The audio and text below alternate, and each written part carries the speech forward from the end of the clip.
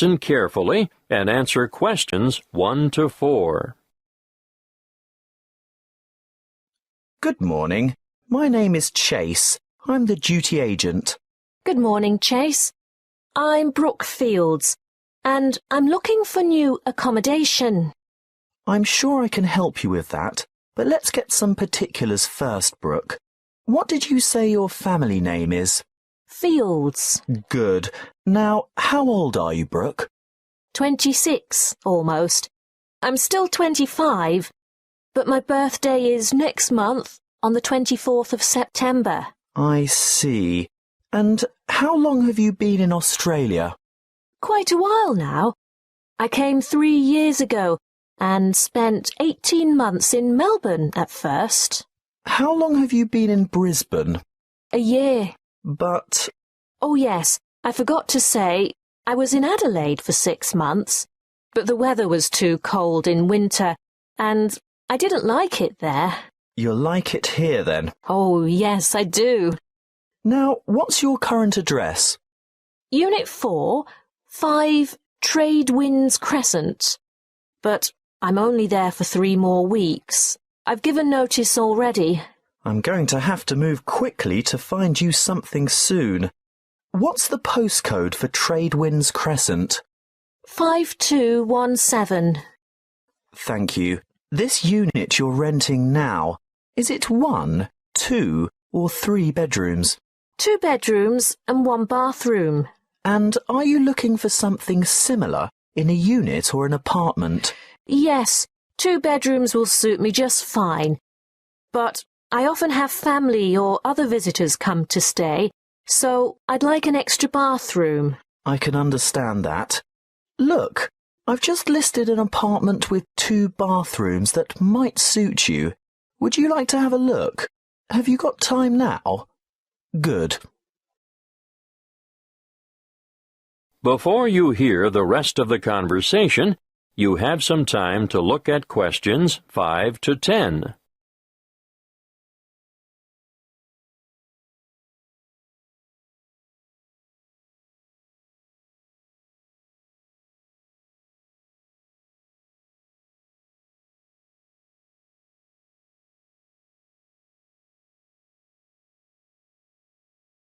Now listen and answer questions 5 to 10. Well, here we are. What do you think? It's nice, but I wonder whether it gets too hot and stuffy in summer without air conditioning. I shouldn't think so. Did you notice the ceiling fans in all the rooms? Yes, but will I be able to have the windows open? There are no insect screens. Ah, well, there's a reason for that. Insects aren't a problem here. You may not get the sea breezes in this area, but there are other benefits. What do you think of the kitchen? Pretty good, really. It might not be very big, but it has a fresh, up-to-date feel and modern appliances. I just love this cute little pantry, too. The landlord has recently done all the floors. Do you like the carpet in the bedrooms? Oh, yes, I do. A good neutral colour. I especially like the living room. The polished timber floors are lovely.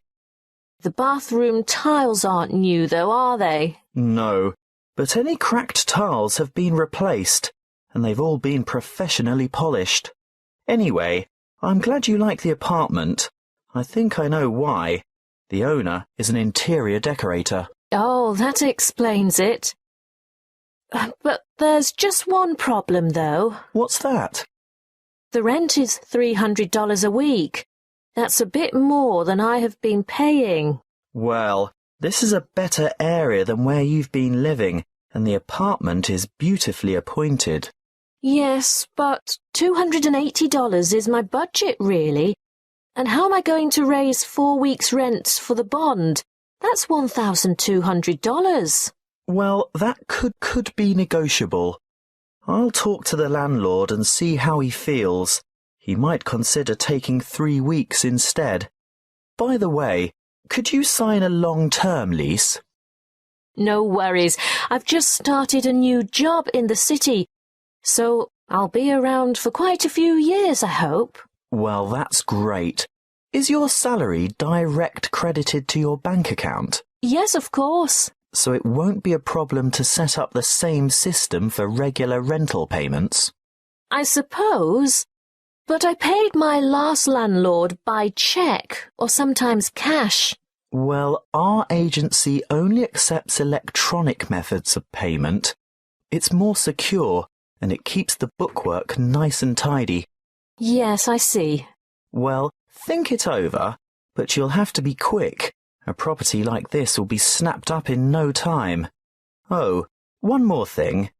It's a bit unusual in this day and age where tenants are expected to cover all the utility bills, like power, telephone and internet, but for some reason the water is bulk billed to the whole apartment block, so the charge for that is included in the rent. Well, that's a bonus, I guess. That is the end of Section 1. You now have half a minute to check your answers.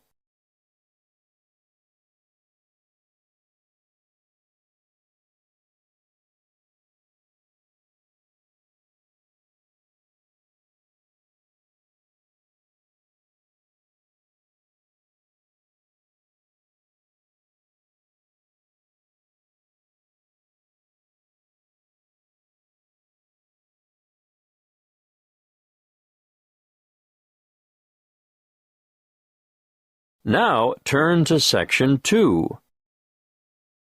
Section 2.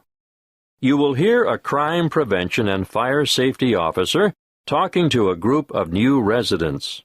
First, you have some time to look at questions 11 to 15.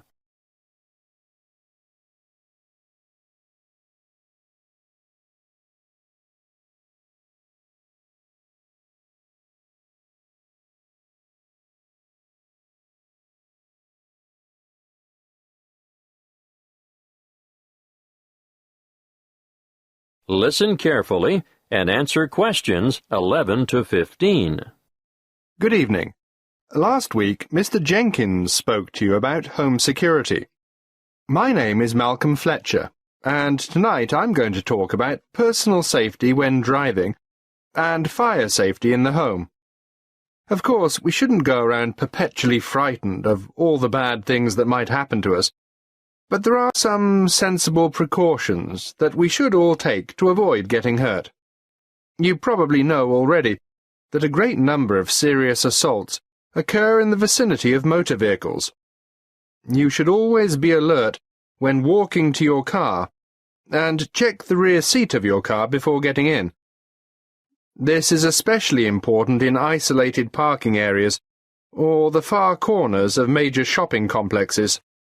Now, once inside your car, get into the habit of locking the doors.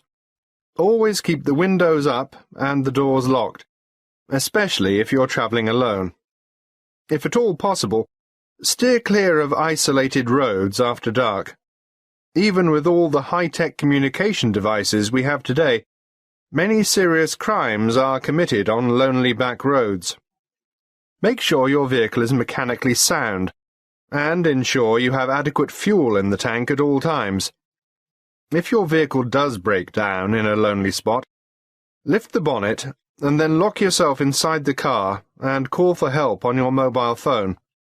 Never, under any circumstances, leave your vehicle and go with a stranger to seek help. It is better to wait for the police or some other emergency vehicle to stop and offer assistance. Of course, you should never pick up a hitchhiker.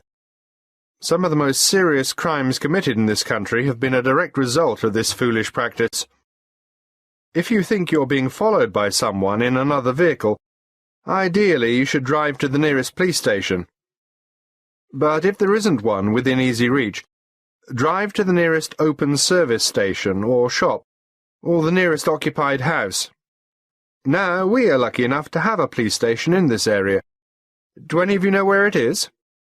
Look at this map on the screen, and I'll show you how to get to it from the community centre where you are now. Then, when you get home, you can work out how to get there from other directions. From the community centre, Go along Bayview Street toward Maiden Avenue. At the roundabout, take the second exit onto Lee Street. Go past the medical clinic, and at the next roundabout, take the first exit onto Moore Street.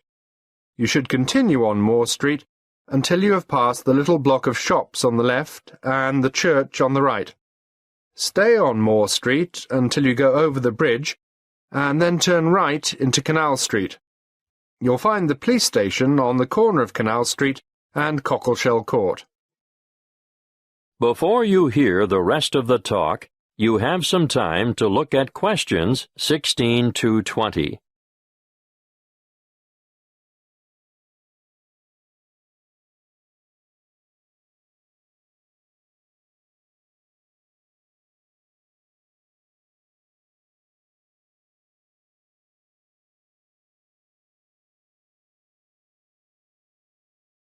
Now listen and answer questions 16 to 20. Now let's move on to fire safety. Before I talk to you about safety precautions and procedures, I'd like to mention some of the effects of smoke and heat on humans. There are 4 ingredients of fire, namely oxygen, fuel, heat, and chain reactions. Almost all materials burn, and most household goods burn very easily. The air we breathe contains about 21% oxygen. As fire burns, it consumes oxygen, thereby reducing the oxygen content of the air. When that is reduced to 15%, oxygen deficiencies in body tissue cause an impairment of muscle control and dexterity. At between 10 and 14%, judgment and reasoning are affected. Oxygen reduction to between 6 and 10% results in unconsciousness, and breathing stops. Sounds scary, doesn't it? But that's not all you have to worry about. Many materials in the home give off toxic gases as they burn. The main toxic gases are carbon monoxide, carbon dioxide, hydrogen sulfide, and nitrogen oxide. Carbon monoxide is an invisible and odorless gas produced in all fires. It takes up the place of oxygen in the blood, thereby reducing the supply of oxygen to the brain. The effect of carbon dioxide is to increase the heart rate and stimulate the rate of breathing, causing an increase in the intake of other toxic gases, which contributes to, amongst other symptoms, serious oxygen deprivation. Hydrogen sulfide, on the other hand, affects the nervous system, causing dizziness and pain in the respiratory system. It does occur naturally in volcanic gases and hot springs, and it also results from the bacterial breakdown of organic matter. You're probably familiar with it. You know, it has that characteristic odor of rotten eggs. But make no mistake, in large concentrations, it's deadly. Lastly, nitrogen oxide is another extremely poisonous gas at high levels of concentration, which deadens feeling in the throat and lungs, causes swelling in the throat, and a build-up of fluids in the lungs. That is the end of Section 2. You now have half a minute to check your answers.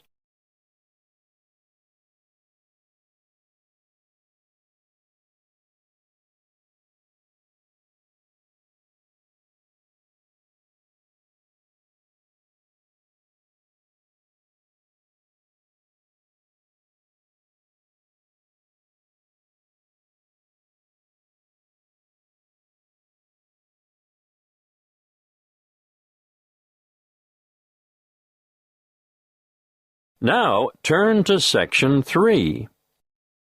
Section 3. You will hear a conversation between a thesis supervisor and a student who is preparing for postgraduate study. First, you have some time to look at questions 21 to 27.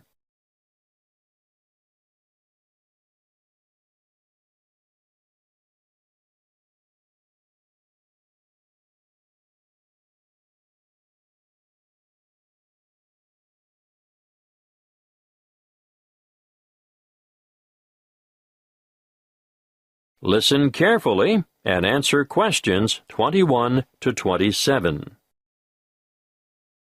Good morning, Archie. I'm glad you came to see me. Good morning, Dr. Newell. I made an appointment as soon as I got your message. I'll get straight to the point, Archie. It's about your research proposal. It's not even set out correctly. I understand that you haven't done the unit on research and academic inquiry yet, but nevertheless. I must admit, Dr. Newell, I was in a bit of a muddle about just how to approach the whole thing. Well, start a new page in your notebook and listen carefully. I'll run through it with you briefly. I'd really appreciate that. Right. Well, for a start, where's your title? I don't think we can consider all this rambling at the top of the page. A convincing title. It should be descriptive but concise. You can even omit the preamble, an investigation of. Okay, a clear and compelling title. Well, let's move on to the abstract. Yeah, I'm not really sure I know what that is. It's the aim of your investigation. Yours is only a relatively short dissertation, but you'll still have to include the research question, the rationale for the research, the methods you'll use, and what you expect the main findings to be. But I don't know what I'll find because I haven't done the research yet. But you must have some idea. Well, yes, but the results could be quite different. That isn't a problem. That's what research is all about. Now, moving on, some people have an introduction, and others just combine it with a literature review. In your case, I'd probably suggest you just go with a literature review. This is where I note down the books and articles that are related to my field of study, right? Well, it's a little more than that. You have to evaluate the relevant literature and be able to show how your research fits into a certain area. So I write down the titles of the published material that has a similar theory to mine. Yes, but you should demonstrate how your theory is different from others as well. That's an awful lot of reading. Precisely. What you have at the moment is woefully inadequate. I guess I need to spend my summer vacation in the library. Yes, that's not a bad idea. But let's move on, shall we? There's more? Yes, your next section should be methodology. I know that means methods, but I'm a bit stuck here. This is your work plan. This is where you summarize your data collection process. Like who will take part? Yes, your participants, how you'll get your samples, and most importantly, how you'll measure your samples. So that unit on validity and reliability will finally come in useful. Yes, but you'll also have to consider how you'll plan to proceed. Got that. Then what? Discussion is the next heading. What do I discuss? Potential outcomes. You must be able to show what significance your findings will have and how you plan to use them. Also, I think I should mention, this is the section where you'll state any limitations or weaknesses that your research might have. There might be a few of those. Well, that's it in a nutshell, really. There are more complex templates for research proposals, but I think this is enough considering the length of your dissertation. Oh, one more thing. Don't forget to include any ethical considerations there might be. Depending on what you have in mind for your participants, you may have to get approval from the ethics committee. I have to get their written consent, don't I? Yes, but you will also explain how you're going to protect their identity. Oh, fine. I think I can handle that. Thanks very much, Dr. Newell. Before you hear the rest of the conversation, you have some time to look at questions 28 to 30.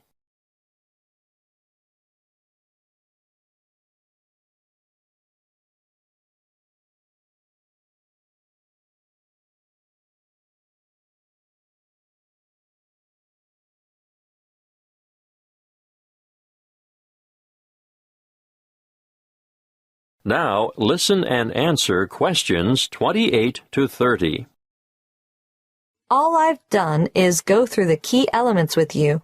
Let me explain, that the proposal has to convince me that your project is worthwhile and that you have the necessary competence to carry it through. I understand. As you write it, you need to bear in mind 3 basic questions, and they are, what do you hope to accomplish? Why do you want to do it? And how are you going to do it? I can't make it simpler than that. No, that's really helpful. Thanks. Just a bit more advice, Archie. Students often come unstuck in their proposals because they don't organize their material. They lack focus and rely too much on repetition. Failure to cite references correctly will also go against you. Is APA style good? We don't specify a style in this department, but whatever you choose, it must be consistent. I'll stick with APA. I know that one. Good. One more thing, Archie. Don't ramble. You have a tendency to write without a clear sense of direction and include too much detail on minor issues. Keep the details for the major issues. I'll make a note of it. Okay. Get the revised proposal in to me by next week, and I'll have another look at it before the break. That is the end of Section 3. You now have half a minute to check your answers.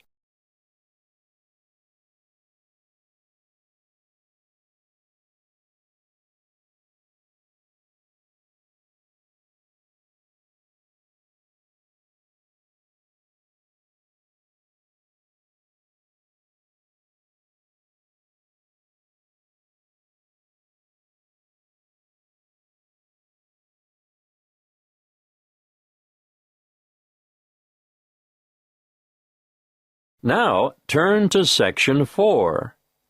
Section 4. You will hear a talk on the topic of decision-making and problem-solving.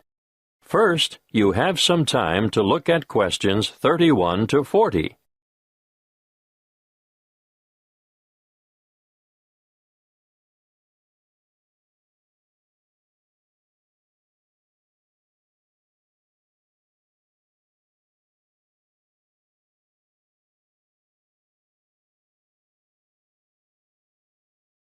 Listen carefully and answer questions 31 to 40. Good morning.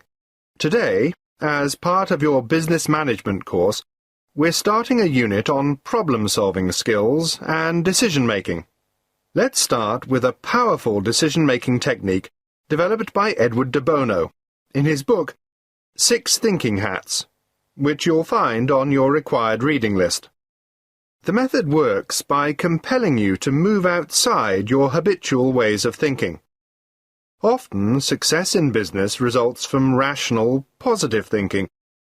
But these approaches, used in combination with quite different ones, will improve the overall quality of your decision-making. Now, each thinking hat has a different color and represents a different style of thinking. Let's start with the white hat. When you're wearing the white hat, you look at the information you have. You look at historical trends and try to analyze them. And you take account of gaps in your knowledge and try to fill them. On the other hand, if you're wearing the red hat, you listen to your gut reaction and instincts.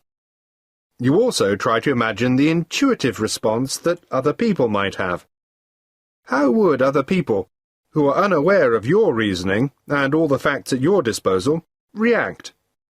That brings us to the black hat next. Black hat thinking, as its name suggests, is cautious and defensive. And you examine why something might not work. It all sounds very negative, but it is essential to know what the weak points in a plan of action might be. It permits you to alter your approach, eliminate problems, or at least be ready with contingency plans if the worst happens. After all, it is better to spot the fatal flaw and know the risks before you undertake a new enterprise. The opposite viewpoint, of course, comes with the yellow hat. It helps you to continue when the outlook is gloomy or the problems seem insurmountable. Think positively, and you'll see all the advantages and values of the decision and all the opportunities it brings. Let's look at what the green hat has to offer now. It stands for freewheeling, imaginative, inspired, innovative thinking, where there is little or no criticism of ideas.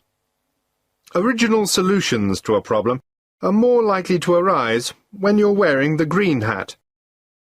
Finally, the blue hat. This is the hat that the person chairing the meeting wears.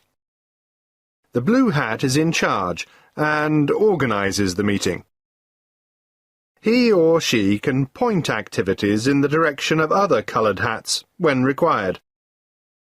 For example, if ideas have dried up, the blue hat will suggest more green hat thinking. If there is too much exuberance and enthusiasm for an idea, the blue hat will ask for black hat thinking to ensure that any possible defects have been addressed.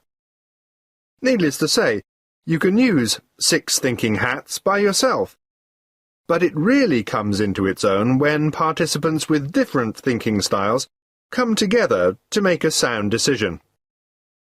Now, another useful way to generate radical ideas or creative solutions to a problem is brainstorming. You're all familiar with the term brainstorming, and I'm sure you've all done it from time to time. But even in well-managed groups, sometimes big egos intimidate less confident participants, who in turn may feel pressured to conform, or are inhibited because of their respect for authority. What I would suggest in this case is a system called the stepladder technique. If you follow the flowchart on the board, you'll see there are just 5 basic steps. Firstly, members contribute on an individual level. The task is presented to them. They are given time to think and form their own opinions about how to solve the problem. You do this before you get them together as a group.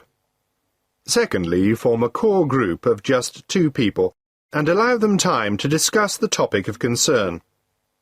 In the third step, a third member is added to the core group, but, and this is most important, that third person presents his or her thoughts before having a chance to hear the proposals that have already been put forward. When all 3 have explained their ideas, then they can consider their options collectively. In step 4, the same process is repeated. A word of advice here. Keep the group small to maximize effectiveness. You can limit the numbers to 4, or add more, but I wouldn't go above 7, not if you want a good quality decision. The last step in the process is to get a final decision, but only after all members have been included and had the opportunity to communicate their ideas. The main benefit of this step-by-step method is to give even the most diffident and quietest people the chance to share their ideas before they can be influenced by others. That is the end of Section 4. You now have half a minute to check your answers.